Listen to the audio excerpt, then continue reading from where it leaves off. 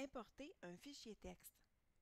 Excel vous offre les moyens d'importer facilement des données provenant de fichiers texte ou d'une base de données Access, par exemple. Il vous suffit d'ouvrir le classeur dans lequel vous souhaitez importer les données, puis d'utiliser la commande « Ouvrir » de l'onglet « Fichier » pour ouvrir le fichier texte que vous souhaitez importer. Excel vous indique ensuite les étapes à suivre pour importer chacun de ces types de fichiers. Je vais faire avec vous un petit exercice. Donc, on va importer un fichier texte dans un nouveau classeur. Donc, évidemment, première étape, c'est d'ouvrir en fait un nouveau classeur. Une fois que c'est fait, on va aller dans Fichier. Ensuite, on va aller sélectionner Ouvrir. Et ensuite, dans Parcourir, on va aller chercher donc ce qu'on a besoin. Pour avoir le fichier texte qu'on a besoin, étant donné qu'on est dans Excel, habituellement, donc, quand on ouvre l'explorateur de fichiers, alors on va avoir accès seulement à tous les fichiers Excel. Alors, on doit aller sélectionner la petite barre déroulante ici et sélectionner tous les fichiers pour avoir aussi accès aux fichiers texte.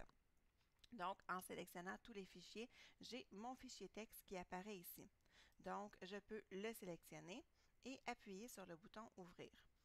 Quand j'appuie sur le bouton « Ouvrir », donc, je vais avoir mon assistant importation de texte qui s'ouvre automatiquement.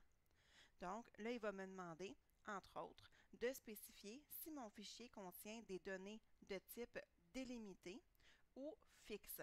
Donc, délimité, ce que ça veut dire, c'est qu'il va y avoir des caractères comme des virgules ou des tabulations qui vont séparer chacun de mes champs. Ou sinon, le type largeur fixe, mes champs vont être alignés en colonnes et séparés par des espaces. Donc, une fois que j'ai sélectionné ici mon type de fichier, je vais pouvoir aller cocher, par exemple, que mes données ont des entêtes si c'est le cas dans mon fichier texte. Alors, je vais cocher. Ensuite, j'appuie sur le bouton suivant. Et ensuite, donc, l'étape 2, l'étape nous permet de choisir les séparateurs qui sont dans nos données, donc dans notre fichier texte. Alors, par quoi sont séparées nos colonnes? Est-ce que c'est des tabulations? Est-ce que c'est des points-virgules? Est-ce que c'est des virgules? Est-ce que c'est un espace? Est-ce que c'est autre chose? Et si c'est autre chose, on va pouvoir aller écrire le symbole tout simplement. Dans le fichier texte qui nous occupe, ce sont des tabulations qui séparent mes colonnes. Donc, je le laisse tel quel et je vais tout de suite aller appuyer sur le bouton suivant. Dernière étape, étape 3.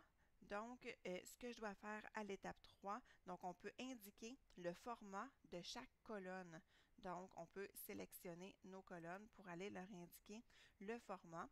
Nous, on va tout laisser à standard tout simplement, mais c'est possible que ça soit modifié. Par exemple, si vous avez une colonne date, mais on pourrait aller sélectionner, par exemple, la pastille date et ensuite aller sélectionner la mise en page, là, le format de notre date.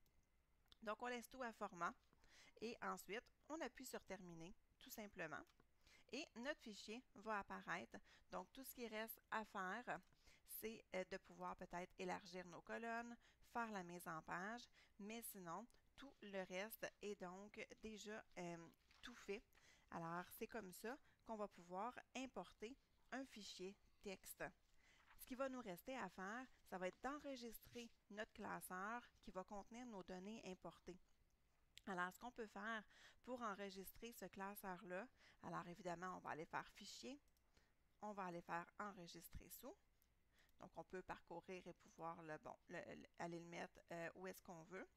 Et ensuite, ce qui est important, donc, c'est de renommer notre classeur. Donc, ça pourrait être, là, on pourrait le nommer comme ça, fichier texte. Mais ce qui est bien important, c'est dans le type. Donc, dans notre type, on va aller sur la barre déroulante et on va aller chercher classeur Excel. Donc, juste en haut ici, étant donné que c'est un classeur Excel dans lequel on travaille maintenant.